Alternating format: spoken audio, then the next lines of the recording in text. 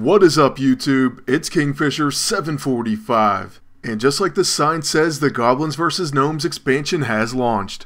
So what we're going to do is open some free packs. That's right, you're going to get 3 packs just for logging in, and then I have a bunch of gold saved up, so we're going to do a pretty massive pack opening. In fact, it'll probably have to be broken down into several parts. Okay, so it's very nice that they're giving us these 3 free packs, and you can get them too as long as you log in before December 19th. So yes, you do have up to December 19th to log in for your free packs. And without any further delay, we're just going to jump right in and open them. Hopefully we get something really good. Right now, all these cards are new to us, so I will read them until we start getting a bunch of duplicates. And it looks like our first card is going to be Seal of Light. This is a Paladin card that says restore 4 health to your hero and gain +2 attack this turn. And it costs 2 mana. Next we have Shrinkmeister, which is a priest card that has Battle Cry, give a minion -2 attack this turn. The Shrinkmeister is a 3/2 for 2 mana. Next we have a Hunter card, the Cobra Shot. This deals 3 damage to a minion as well as the enemy hero, but unfortunately it does cost 5 mana. I don't know, that just kinda seems like a lot. Then for our final non-rare of the pack, we get a warrior weapon, the Ogre Warmaul. This weapon costs 3 mana, and it does 4 damage with 2 durability, but it also has a 50% chance to attack the wrong enemy. That really could end up hurting you, but you know what, that's kind of what the Ogre cards do. Then for our rare, we got the Fell Cannon 4 Warlock, and it's a 4 mana cost 3/5 that says at the end of your turn deal 2 damage to a non-mech minion. Well, that's pretty interesting. Maybe we can make a mech zoo with the Warlock. I mean, I don't see why that couldn't work. Then on to our second pack. First off, we only got 1 rare, but our first card is going to be the Glaivezuka. This is a hunter weapon that has 2 attack, 2 durability, and costs 2 mana. But it also has Battle Cry, give a random friendly minion +1 attack. You also have to love the name. Then moving on, we have the Dark Bomb. This is a Warlock spell for 2 mana, and it deals 3 damage. Next we have a mech for all classes that happens to be a 3/4 for 3 mana. So yeah, the Spider Tank doesn't look too bad for a 3-drop, especially when you couple it with all the other mech cards and mech boosts. Then our rare is a Druid card by the name of Grove Tender. It costs 3 mana, and it's a 2/4. Its ability is choose 1, give each player a mana crystal, or each player draws a card. So yeah, it is beneficial to you, but it also helps out the opponent.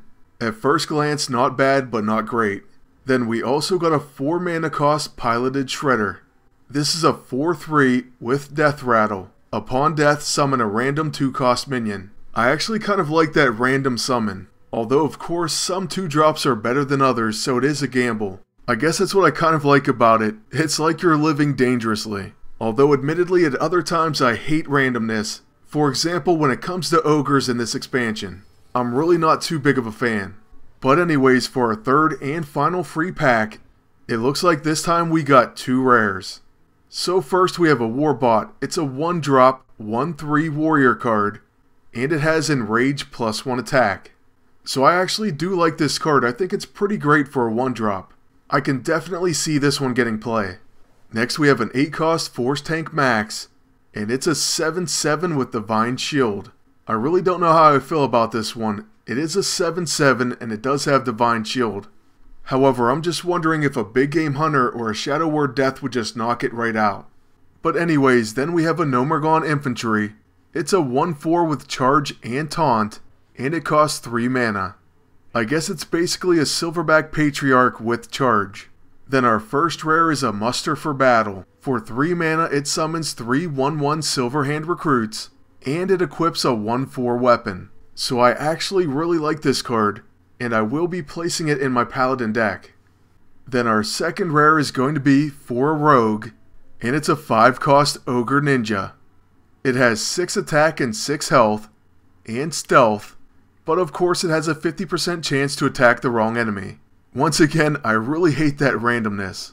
So there you have it, all 3 free packs, and now we're going to go ahead and buy a bunch more. As you can see, we have 2,500 gold saved up, and it actually would have been a lot more. Unfortunately, I did get bored and I stopped doing daily quests for at least a month or 2. And really it may have been longer than that. But still, with 2,500 gold, that means we can buy 25 new packs. Normally that would cost us well over $20, but instead we're just going to get it from currency we earned playing the game. So let's go ahead and type in 25, and then we'll get to opening. Man, I just wish we would have played even more, because we could have got a lot more packs. I seriously took a long break. But anyways, there they are. It does look like quite a few, and I'm really hoping we get a legendary. Oh, the other great thing about the new cards is you can craft them with dust. So the same way you could craft the old cards, you can craft all the new ones.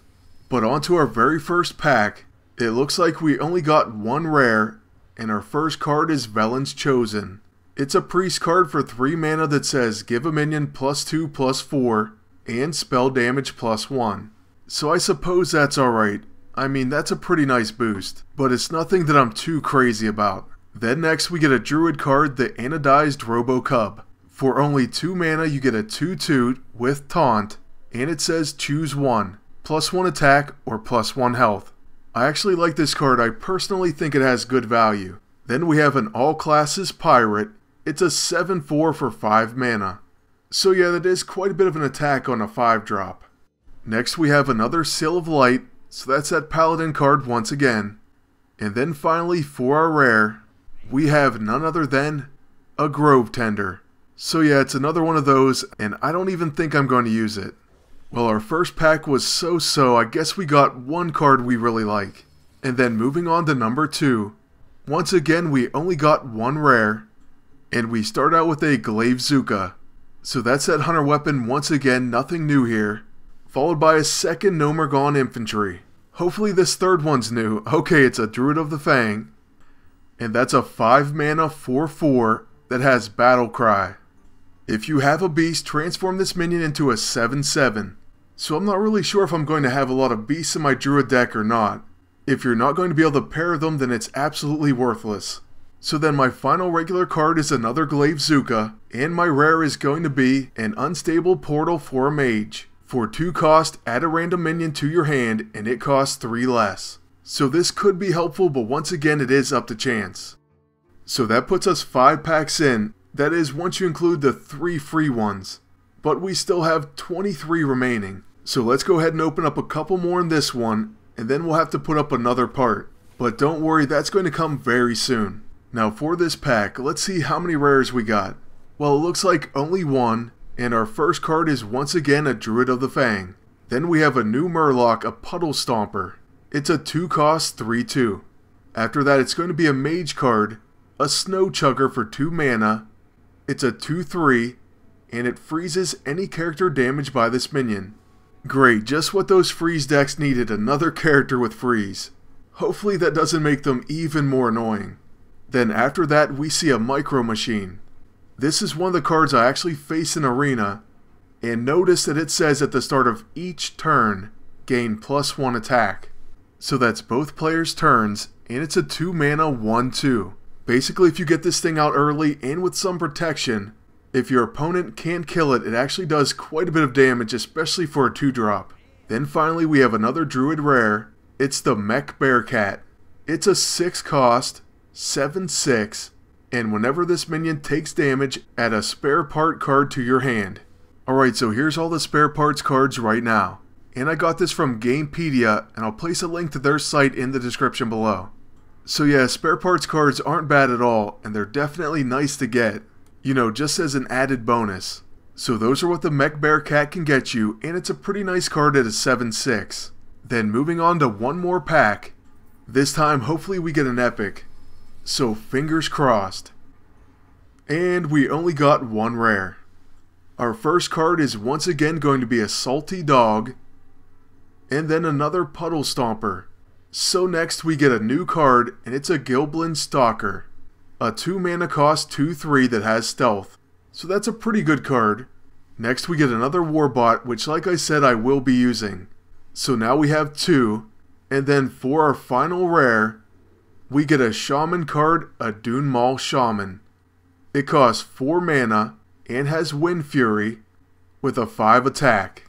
Then it has 4 health and Overload, so that means you have 1 less mana next turn, and unfortunately a 50% chance to attack the wrong enemy. I actually saw this card go terribly wrong in Arena for my opponent. Like I said, I'm not too big of a fan of these ogres. So yeah, that is going to be the end of part 1 of our pack opening, but stay tuned because we do have 21 more packs remaining. But before I go, I want to thank you all for watching and ask you to please like, comment, and subscribe. And until next time, good luck and take care.